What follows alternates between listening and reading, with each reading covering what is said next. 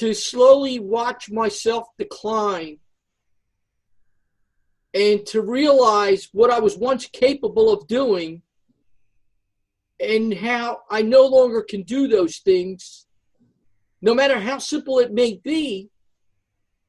And it just makes you have such an appreciation for what your brain was capable of doing, multitasking so many things that you just didn't appreciate when you had it, and today that I just can't do a lot of the simplest things anymore. And it's frustrating if you let it get to you.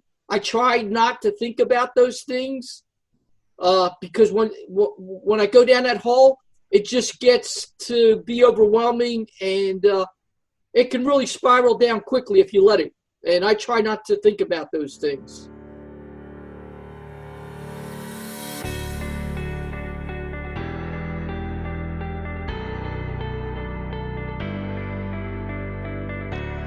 Welcome to the AlzAuthors podcast. We're so glad you found us. I'm Mary Ann Shuko, a registered nurse, author, and dementia daughter. Join me each week to listen to one of our 200-plus authors talk about their dementia journey, sharing intimate details and painfully obtained knowledge to help others currently on that path. We hope these stories offer you comfort and support as we strive to break the silence and stigma surrounding a dementia diagnosis. May one of our authors speak to your experience.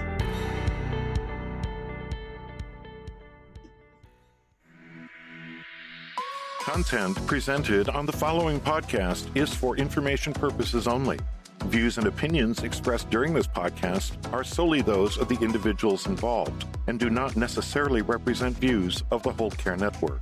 Always consult your physician for medical and fitness advice, and always consult your attorney for legal advice.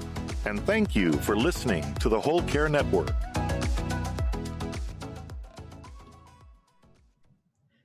This week's guest is Michael Ellenbogen, who was diagnosed with young onset Alzheimer's disease at the age of 49. Prior to his diagnosis, Michael was a network operations manager for a Fortune 500 financial institution until difficulty with work-related tasks led to his early retirement. As a world-renowned international dementia advocate and connector, he has been featured in nationally syndicated TV, radio, and other media outlets. He has written for blogs, newspapers, journals, and websites, and shares his personal perspective as a man living with dementia as a guest speaker.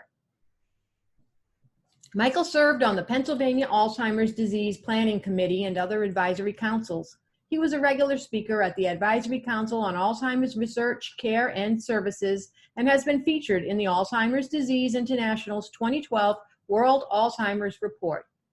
He represented the U.S. World for People Living with Dementia at the World Health Organization. He is interested in motivating those with Alzheimer's to raise their voices and reduce the stigma surrounding the disease. He believes his diagnosis is not the end for him because he has so much more to give to the world. Michael wrote about his journey in his latest book entitled From the Corner Office to Alzheimer's. Hi, Michael. How are you? Welcome to the AlzAuthors podcast. I'm doing good. Thank you so much for having me. Oh, it's wonderful to have you. You're one of our original authors in our first year of publishing the blog post, so it's a thrill to finally get to meet you in person. Same here. I wish I could meet all your folks there. We've communicated so many times.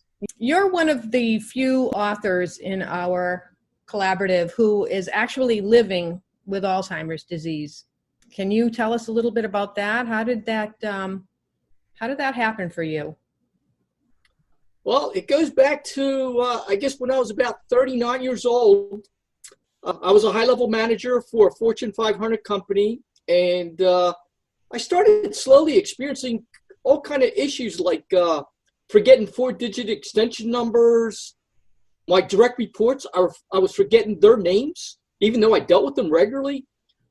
I was having problems remembering acronyms in my field. So as anybody, you start telling people around you this, and they say, "Oh, no problem, I have these things too."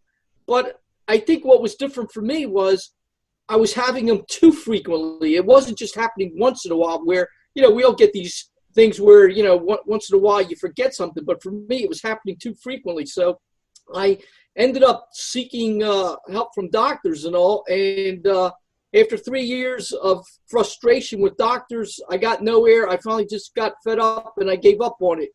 Well, about 7 to 8 years later, it was progressively getting worse. By that time, I got fired from my job. I ended up starting with all new doctors. And this time, after about 2 years, they came back that they thought I had Alzheimer's. And that was what I was finally diagnosed with. And I left the workforce with the recommendation of doctors. So for many, many years, I thought I had Alzheimer's. Well, wouldn't you know, 10 years later again, they come out with new tests and things have gotten better as we're learning more about this disease. And I was able to get an amyloid PET scan in a medical study. And it came back that I didn't have Alzheimer's. Now they think I have semantic dementia, but yet my other doctor still swears I have Alzheimer's and says, well, they just don't know enough yet. So who knows? At this point, all I got to say is I got some kind of progressive dementia, and they'll know about it when I'm dead, and they can do a biopsy on my head. Oh, wow. That's an incredible story that you went through all of that and it took so long.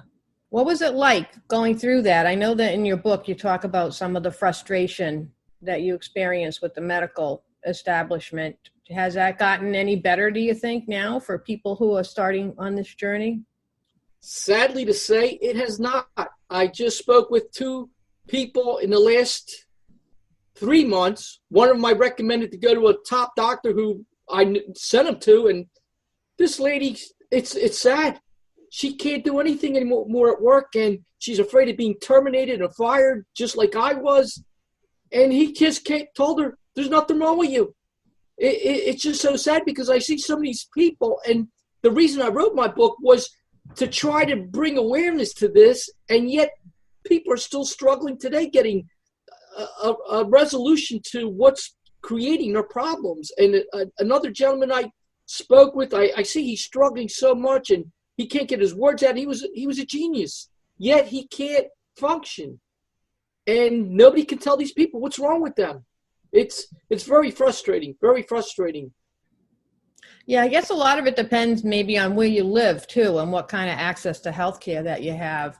And the other ball in the air is the health insurance. So for people like yourself and your friend that's afraid to lose her job, you lose your job, you lose your health insurance. So now you don't even have access to healthcare when you need it the most. Absolutely. So, that's the biggest problem. It's like, like for me, I had all these great benefits, life insurance. I would have had my pay for the rest of my life at 70%. I lost it all. I would have never thought that you could lose all that just because you got a medical condition. And the sad part is the laws aren't there to protect people like us because they're designed that you can only go back 2 years. They assume you got a cancer or something else. Well, it's hard to diagnose this disease.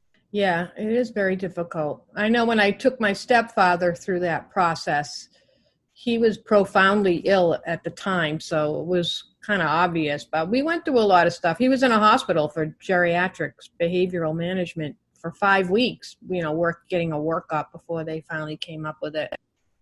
And I know they talked about doing the PET scan, but since he couldn't sit still for an MRI, they scrapped that plan. But I think that the PET scan is one of the most reliable tools that they have, isn't it? Not anymore. PET scan is good. It was very good. It's still good for certain things, but now they've come out with new technology, which they have what's called an amyloid PET scan and also a tau PET scan. I don't remember what the tau PET scan does for you. I haven't gotten that, but either the amyloid or the tau, you cannot get those unless you're in a medical trial or unless you can afford to spend $10,000 out of your own pocket because no insurance covers that. That's the trouble with the insurance because there is no cure. Almost all the money is being spent on the diagnostics, and they don't seem to want to diagnose. But it's important to get a diagnosis. That's what we advocate for everybody. If they have concerns, is that they need to pursue getting some kind of an accurate diagnosis so that you can make a life plan.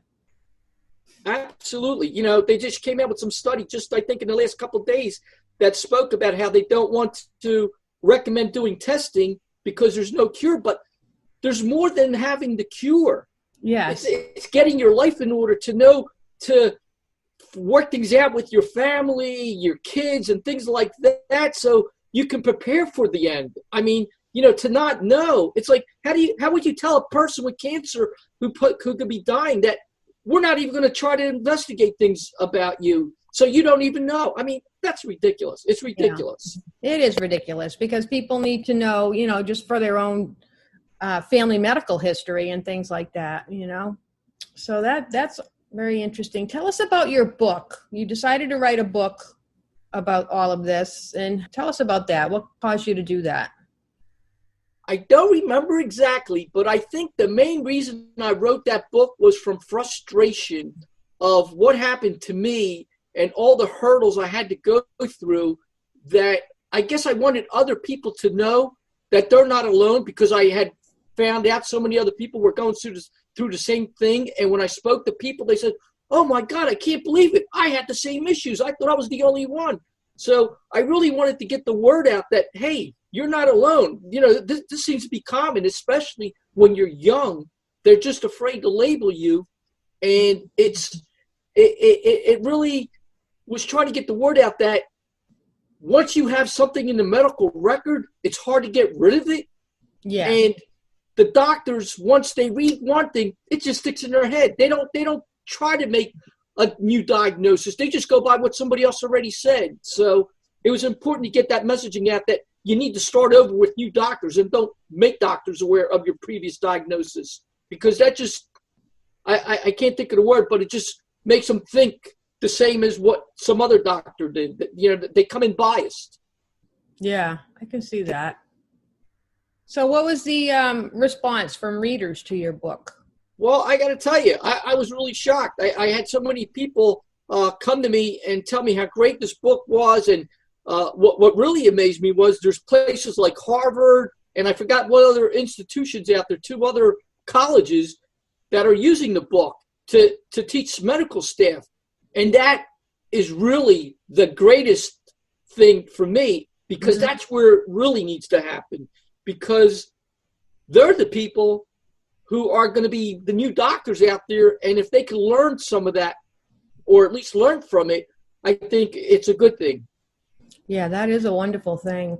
When I first started, when I wrote my book, Blue Hydrangeas, which is a novel, I did a lot of research, and there weren't a lot of books written by people with the disease, but now there are so many. And we have to be so grateful to them for sharing their stories, because it helps us on so many levels, like educating healthcare professionals, or, you know, presenting it to the legislatures across the country or in the federal government to try to get change. AlzAuthors encourages people living with dementia to write their stories, even if they don't publish it, just to have some kind of written record of what they went through. It's very important. Absolutely. Thank you for doing that. Have you written anything else? Any other books or a blog? I know you've written articles. I've seen those. I wrote another book. Way before that, and that's because I was starting to forget things, and I had put it together really for my daughter. I'm trying to think what it was called. The Insider's Guide to Saving Money. Okay. And I wrote that one day because I was in the car to somewhere on a trip with my daughter, and I was trying to tell her about some of the things in life that I've learned that I wanted to get her to understand. And I realized that I was forgetting these things, and they were so important for her education going forward. So because of that, I wrote all these different things. I started putting all these things down and writing, and I started sharing it with her. Then I shared it with a few friends, and they said, "Wow, this is wonderful. I wish I knew this and this, and you really should make this a book." And I'd never even thought about writing a book at that point in time, but so many people looked at it, and I had some big book writer from the New York Times, I forgot his name, Mike something, and he read it, and he says, "Wow, this is fantastic. You really should make." So these people talked me into putting it into a book. Oh, that's great. Is it still available? Is it still published? Oh, yeah. It's out there. You can pretty much order it through anywhere. What do you wish you knew at the beginning of your dementia journey that you didn't find out until later? Boy, that's a lot. I wish I knew that you can't depend on having all the things like healthcare, life insurance in the workforce. You really need to have that stuff outside the workforce, because God forbid you lose your job or something, everything you had is gone. And once you have a health condition, nobody wants to insure you at that point once you find out, which is what happened to me 5 years later. And, two critical things that I put in my book was things that I wish I knew.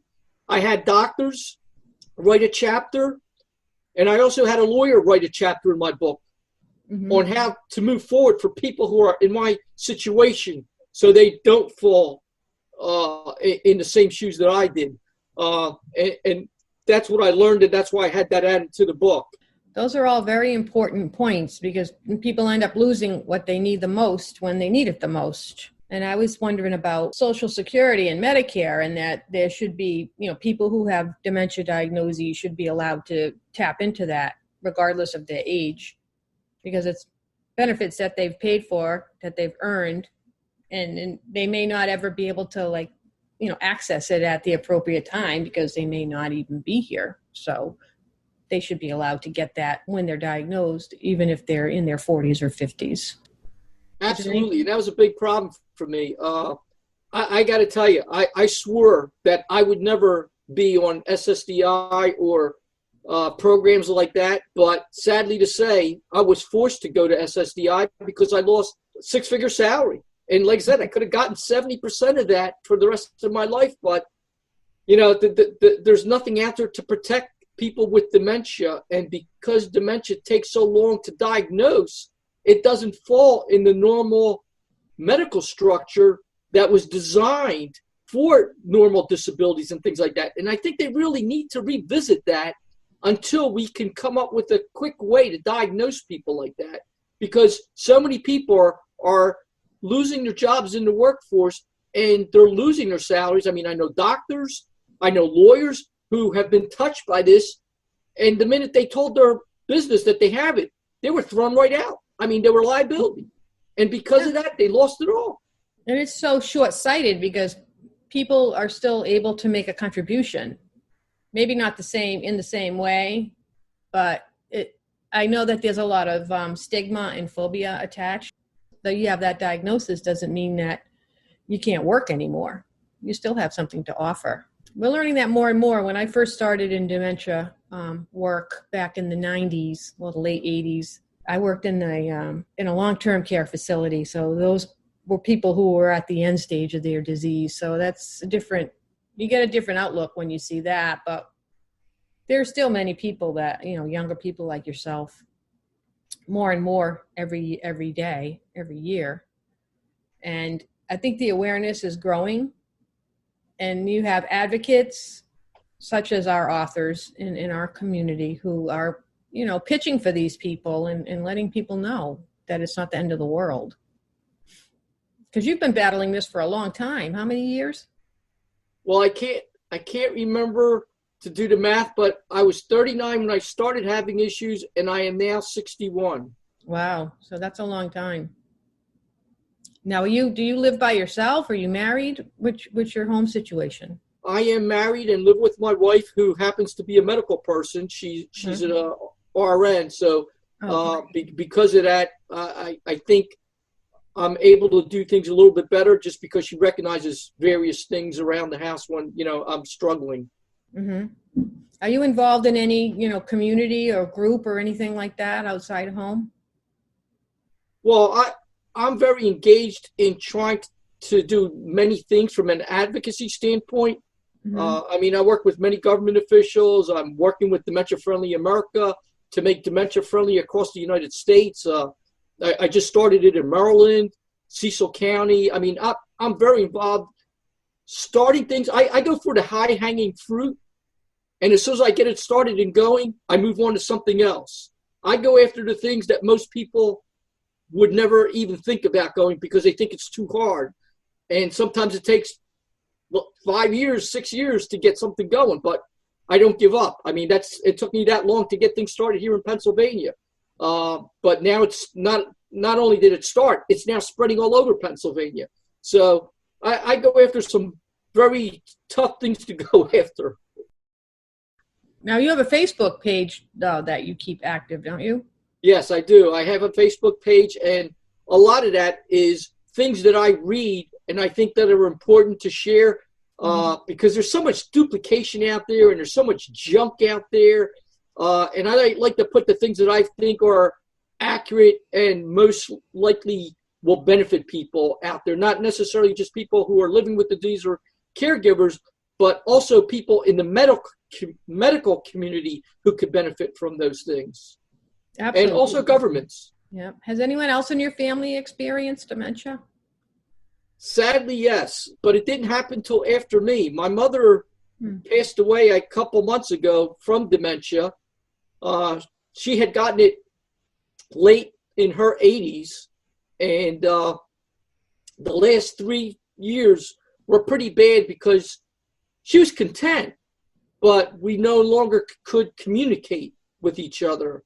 And it was a real struggle. And as you know, they talk about people having multiple languages don't have as much problems. Well, my mother spoke multiple languages. I speak multiple languages. And yet we could not communicate in any language. Oh, gosh. So it's, you hear all these things that people tell you what people with dementia could have. And I don't believe half the things that they tell you. And I'm waiting for one day to prove most of these things wrong. But so far, you can only go by what these professionals think to tell you. And I think that they're wrong in most cases. But who am I? I'm not a doctor.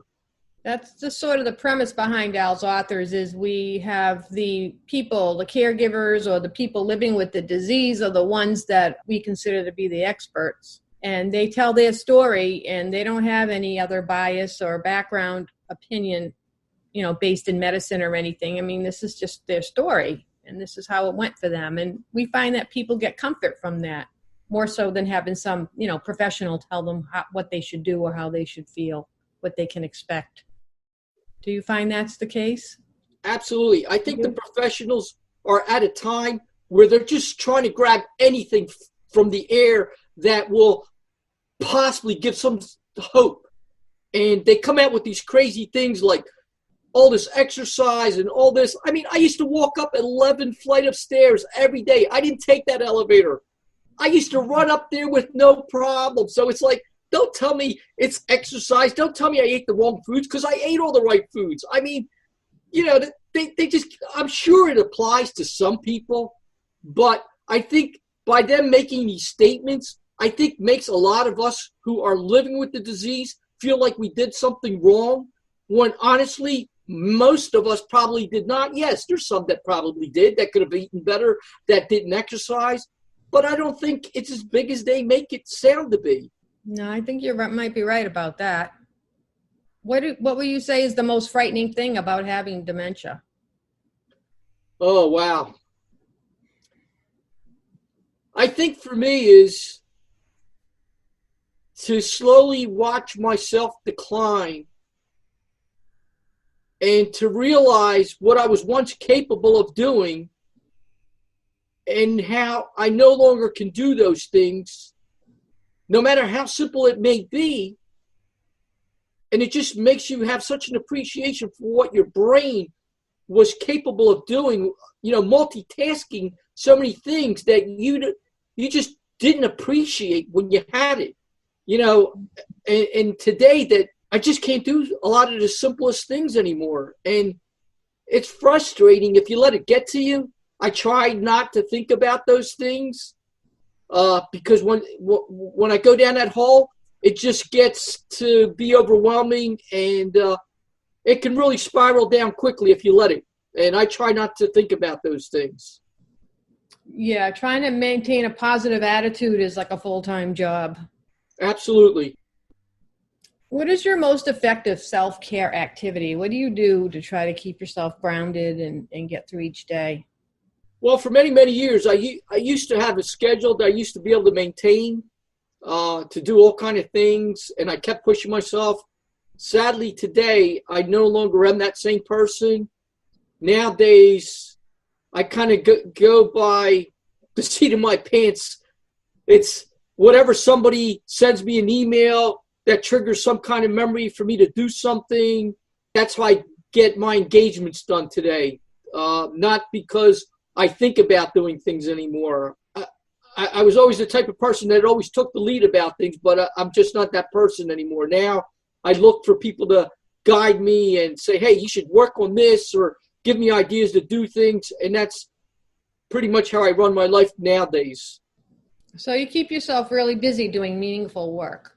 I try to, but I tend to sit at my computer anymore and don't do much. That's not the person I used to be. I mean, I used to be a workaholic and could work 14, 16 hours a day doing all kind of advocacy and all kind of things. And now it's a struggle to think of what I should do or what I could do. But you still have your voice. I do. Yeah. I still do a lot, but not what I used to do. Have you been on a lot of podcasts? I've done a lot of things. I mean, I just got an article written in the Psychiatric Journal today. It just was published the March 1st, again, about making awareness from something I learned from somebody else living with dementia that I thought was something that needed to be heard by medical people in order to learn from somebody else's issues on how they need to approach medical staff to improve the processes for people who are living with this disease. So I'm always involved in all kinds of things like that. Where was that published? I have to get back to you and let you know that after this. I can let you know what that is. Yeah, but I'll share it with you. It was just published yesterday. Yeah, we'll put that out on our network, and I'll include it in the show notes. So okay, refer to that as well. Yeah, I do so many things. I just don't remember all the things that I do. Yeah. Do you keep a journal or a diary or anything like that? No, to me, it's not about getting these things done. I mean, I couldn't care less.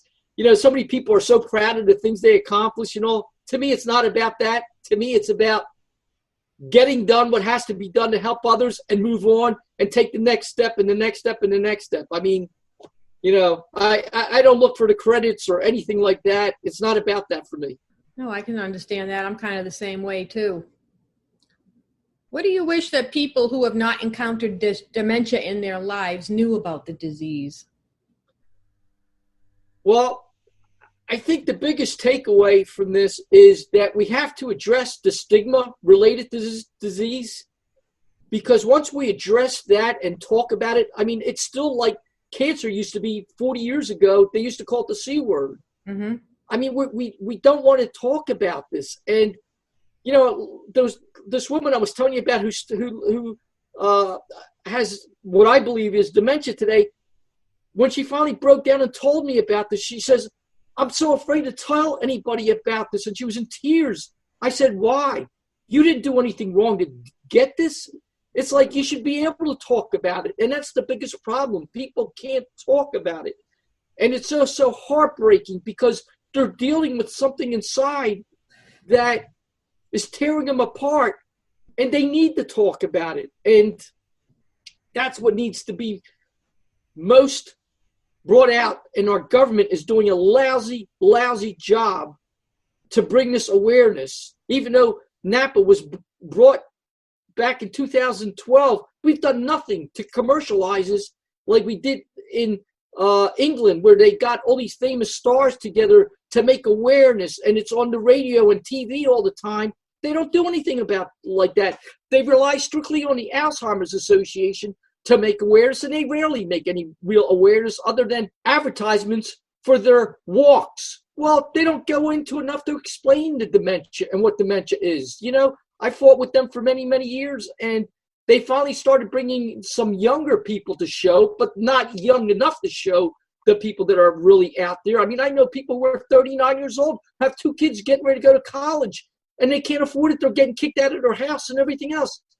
They're the people we need to show, because this impacts everybody. I mean, they just came out, I think in the last week or two, I think it was Blue Cross Blue Shield, that they're seeing a huge change in people young age coming out. I think it was triple-fold now that they're coming out who are living with this disease. Well, I'm going to tell you, if stress is a factor, like they've been saying stress is a key factor for this, it's going to get a lot worse than we've even thought about, because this younger generation, they're all stressed. They don't even know how to deal with things like you and I used to deal with in our age group. I mean, they're so stressed about every little thing. So if stress is really a problem, my God, they're all going to have dementia. Yeah. And a lot of them are taking care of their parents or even grandparents at a young age. A lot of people aren't aware of how dementia affects the Millennial Generation. So, for instance, I work at a college and I work closely with our local Alzheimer's Association. Every semester we present educational series, and some people say, well, why are we putting that on at the college? You know, that's not something that the college students are concerned about. And it's like, well, no, that's not true, because they may have a parent or a grandparent or somebody in their life who is affected by this disease. And if they do, then they're affected. Everyone is affected. Anyone who loves that individual is affected by the disease. So the amount of people affected is exponential. There is no way to count that, because everybody has a different amount of people involved in their life, right? Well, there's one thing I've learned. Everybody's impacted one way or another by this disease. Yes. Yes. Even if you're just a coworker and that person has to be out, or your coworker is a caregiver and that person has to take time off to attend to their loved one, that's going to have an effect on you. And the same thing with children.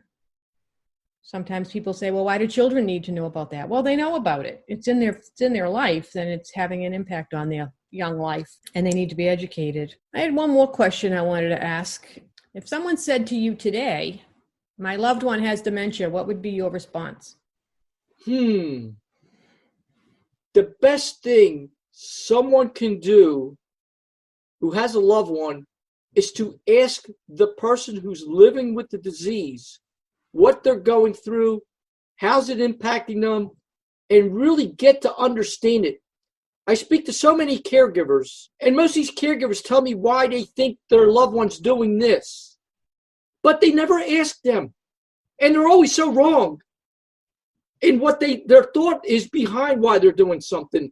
And I just don't get it, why they don't ask them. They're afraid to have the dialogue with them. And that's the one thing my wife does. She asks me a lot of things, and she sees when I have these moments that I'm not quite there, and she says, "What is happening right now? What's going through your head? Why are you staring?" You know, she wants to understand that, and I think they need to become better detectives. The more you know and understand this disease, the better you will be at helping those people. To not talk about it and to talk to other caregivers, you're doing yourself injustice, because caregivers assume what's going on. They don't know what's going on. Those are very good points. What have you read about this? Do you have any favorite books or books that you would recommend to somebody? I don't read anymore. A lot of what I've learned that I now am starting to forget. Mm-hmm. I learned from big scientists. I learned from people like Teepa Snow. Mm-hmm. I've gone to her classes. I've learned a lot of her classes. I've learned from some of the biggest and most influential people in this arena. I've learned from CMS, the top people who have taught programs that they're experimental, that they're now pushing through the rest of the United States. So I've learned from the top people some of the key benefits. And again, just talking to caregivers, talking to people who are living with the disease. I mean, I've spoken to hundreds and hundreds of caregivers and hundreds of people living with this disease. So that's where I've learned from. To me, they're the experts. Mm-hmm. And I mean, I've spoken at Harvard. I've spoken with the top people at Harvard. I mean, I've been invited to be a speaker at Harvard. And the sad part, the people who were the graduating class at Harvard were clueless. The medical staff, they were clueless. So they learned from me instead of me learning from them. And while I don't know it all, I've learned an awful lot that makes me probably one of the smartest people out there who is living with this disease. And that's because of the connections I've been able to build up. I got this LinkedIn network that I have over 14,500 connections of people all over the world who are ambassadors, congressmen, senators, CEOs. I've learned from them all. So it sounds like you put a lot of time and energy into it as well. Absolutely. Yeah. Okay. Is there anything else you want the listeners to know? Just that we need to do a lot more for this cause. And all because you don't know somebody, we need to change how we treat this disease, because it will bankrupt this country. And while we're starting to get some funding, I mean, we were at $500 million 5 years ago. They said we had to be at $2 billion. Well, we're now at $2.8 billion. Well, we need to probably be more realistically at 6 or 7 or even 8 billion before we're going to start to make an impact. Just like we did for AIDS and cancer, we need to do the same thing for this cause. And we will all benefit, because the minute we can stop this disease or slow it down, we will all benefit. And the reason we will benefit is because we won't be spending foolish money that we spend today on this cause, and we'll be able to spend it on our education system or other good things in the health system, things that really matter, where today we're wasting it. Okay. Thank you so much, Michael. It was a pleasure speaking to you. Same here. It was a pleasure talking to you, and thank you so much for always including me in all these things. Absolutely. You have a lovely day. You too now.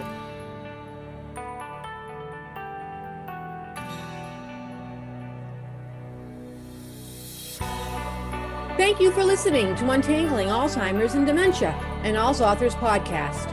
For more details on this episode, please see the show notes.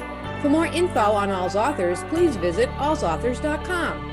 While you're there, be sure to browse our online bookstore of more than 250 carefully vetted books on Alzheimer's and dementia. You can also find us on Twitter, Facebook, Instagram, and LinkedIn. Please email your thoughts on the podcast to alzauthors@gmail.com. Remember, you are not alone.